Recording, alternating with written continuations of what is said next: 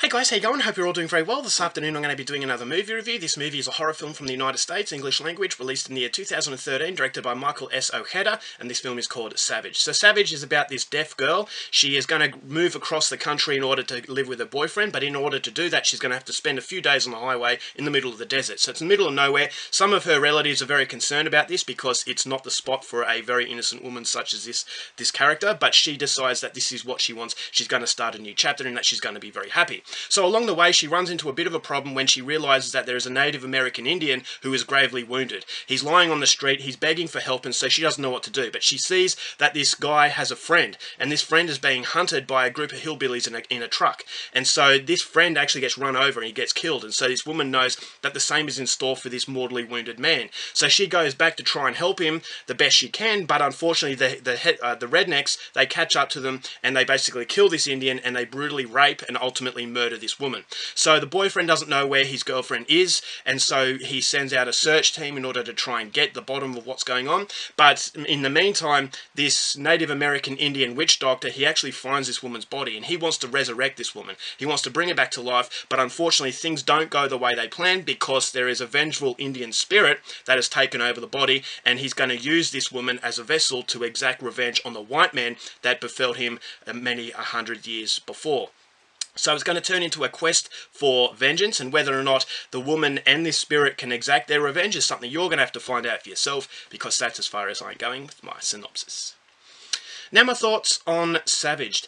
This is a very disposable horror film, but I thought for the fact that it was a low-budget horror film, they did have some very impressive aspects. Now, it doesn't really take a risk as far as, formula is concerned. If you've seen films such as I Spit in Your Grave, or even The Crow, you've seen this sort of thing before. It's a woman that gets brutalized, and then all of a sudden she comes back and she's going to exact revenge. And this is a therapeutic kind of violent film, in that in I Spit in Your Grave, you've got a very innocent and sweet person, such as in this film. Then she gets horrible things done to her by caricature villains, which is the same case, and you want to see this woman exact revenge. And it basically asks the question, is it okay to brutalize people if you've been brutalized yourself? And I thought the message in I Spit in Your Grave worked a lot better. It gave that movie a little bit more to think about, whereas in this movie she's come back from the dead, and so it feels like a Crow sort of film.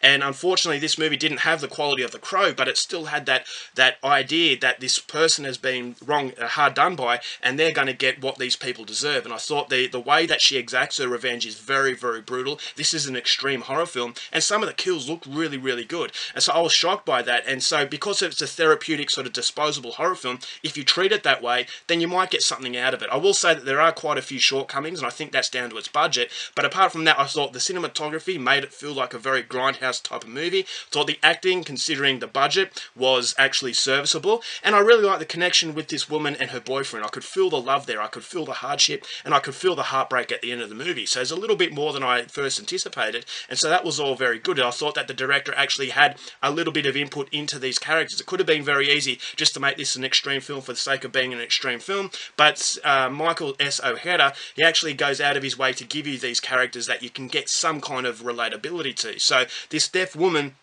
I thought was very likeable. At the start of the film, she was very innocent, but once again, that innocence has been completely torn away from her, and she becomes this haunting presence that's going to exact revenge. And so the therapeutic sort of satisfaction is always there, and I like the aspect of having Native American Indian culture into this film as well. It shows you the gap between Native American Indian and redneck, and one of these rednecks actually had a history with a general who was responsible for killing this Indian tribe, and that's why this vengeful spirit is so angry. And so you get the insight, and there's some techniques that this woman uses, Native American techniques like scalping, and so it's all very brutal. It's a lot of axe work, tomahawk, and there's also a bit of bow and arrow work as well. So it's not your typical sort of revenge film, but it is, as I said, it is very interesting. And so I thought to myself, okay, this is not the best film I've ever seen, but at least it was watchable, and that's exactly what I wanted. I didn't want a film that was going to test me out as far as psychology is concerned, and as I said, there is a bit of a surprise there because there is a little bit of a connection, and you don't see that in films of this nature. So the grindhouse effect had a very dirty feel to it, and it felt like a film from the 70s. And so I thought the ending was quite emotional, and the runtime, it goes fairly briskly, and so it never really outstays its welcome. But the problems I had with Savage was down to its low budget, and I didn't think this movie really had that much self-awareness. Now what I mean by that is that a lot of low-budget film directors, they know that they don't have the the privileges of a mega budget film. They don't have the resources to actually make something look very good. And so, for example, whether it's a kill, in this film it uses a lot of CGI blood, and some of the CGI was absolutely horrendous. Whereas a director who's very self-aware will realise this, and he'll edit it in a way where it keeps the same brutality, but it doesn't show its shortcomings. So this film didn't have that. I felt as though the people making the film actually thought specific scenes in this movie looked good, but in fact they looked really bad, and that did take me out of the experience quite a bit, and so I didn't really like that. There was some acting here and there that was a little bit shoddy as well, but this is all down to low budget, so you do have to make some allowances for that, because it doesn't have the, as I said, the resources and of a mega budget movie. But I just thought with a little bit more self-awareness and better editing, this movie could have been a lot better than it was. But having said that, pushing that aside, it's still a very serviceable horror film. It's very disposable, so you're not going to really think about it too much after you've finished it.